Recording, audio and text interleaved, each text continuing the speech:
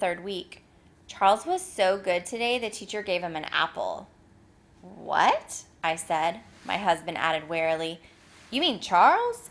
Charles, Lori said. He gave the crayons around and he picked up the books afterward, and the teacher said he was her helper. What happened? I asked incredulously. He was her helper, that's all, Lori said and shrugged. Can this be true about Charles? I asked my husband that night. Can something like this happen? Wait and see, my husband said cynically. When you've got a Charles to deal with, this may mean he's only plotting. He seemed to be wrong. For over a week, Charles was the teacher's helper.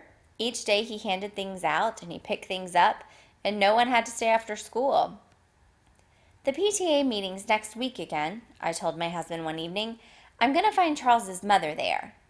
Ask her what happened to Charles, my husband said. I'd like to know. I'd like to know myself, I said. On Friday of that week, things were back to normal.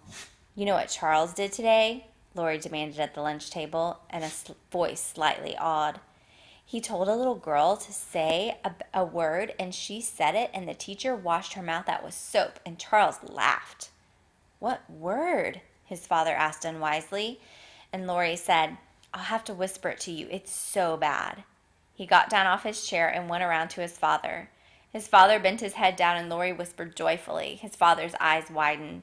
Did Charles tell the girl to say that? He asked respectfully.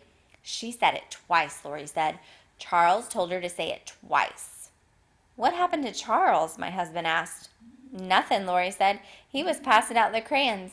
Monday morning, Charles abandoned the little girl and said the evil word himself 3 or 4 times, getting his mouth washed out with soap each time.